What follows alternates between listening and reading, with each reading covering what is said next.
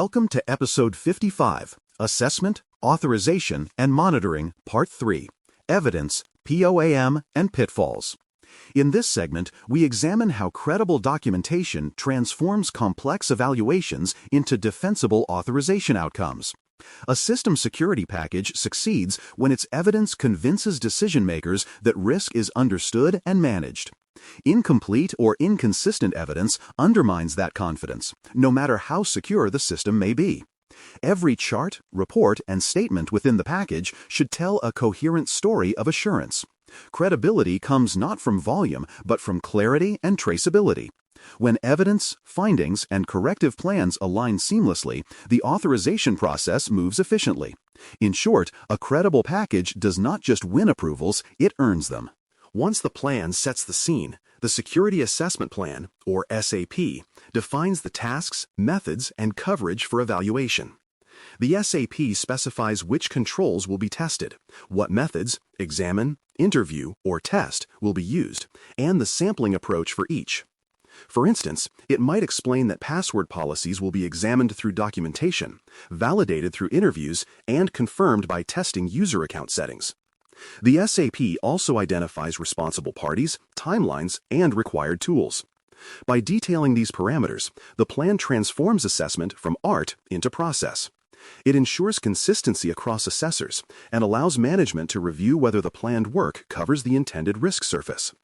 A well-scoped SAP protects both efficiency and credibility. Next, the Plan of Action and Milestones, known as the POA&M, structures the response to identified weaknesses.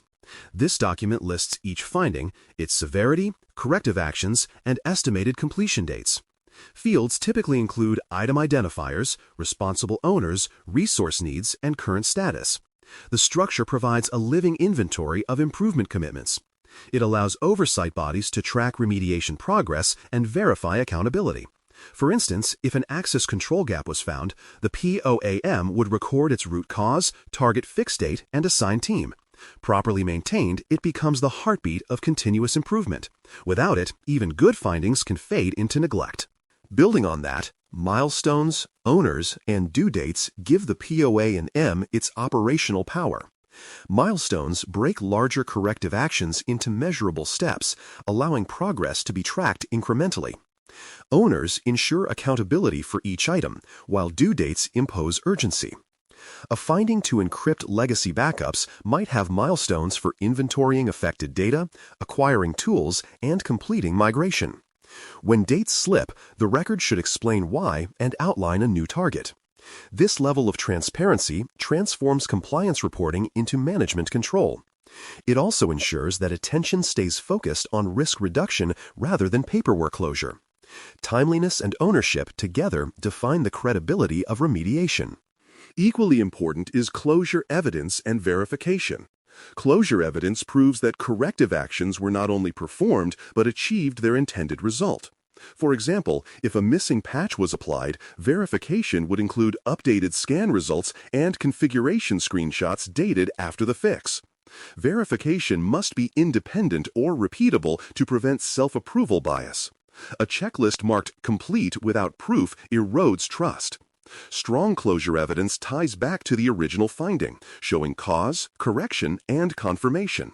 It creates a continuous narrative from identification to resolution. In mature programs, closure evidence becomes part of the monitoring record, ensuring that corrections remain durable over time. From there, residual risk and acceptance records come into play. Even after all feasible corrections are completed, some risk may remain. Residual risk documentation describes what cannot be mitigated, why it persists, and how it is managed. Acceptance records show who agreed to operate under those conditions. For example, a system might retain an obsolete module pending vendor replacement. The risk acceptance would define compensating measures and time limits. Formalizing residual risk prevents silent tolerances that could later surprise stakeholders. It also anchors accountability. Decisions are owned, not implied. Risk acceptance is not an admission of failure, but a recognition of reality handled responsibly. Closely related are inherited controls, where providers supply assurance artifacts for shared components. Many systems rely on cloud or managed services that implement baseline protections such as encryption, physical security, or logging. However, inheritance is valid only if provider artifacts are verified and current. Contracts may require service auditors' reports, configuration snapshots, or attestation letters. The customer's responsibility is to review and confirm these materials before claiming inheritance. Blind trust undermines the entire chain of assurance. Validating provider artifacts ensures that inherited security is genuine, documented, and traceable. It also establishes a habit of shared accountability between customer and supplier. When findings cannot be fully resolved immediately, conditional approvals and follow-up obligations provide controlled flexibility. A conditional approval allows a system to operate while specific risks are being mitigated under defined conditions. For example, a platform might receive authorization pending encryption of legacy data within 60 days. Follow-up obligations specify the evidence and timeline for closure. These conditions protect mission continuity without sacrificing accountability.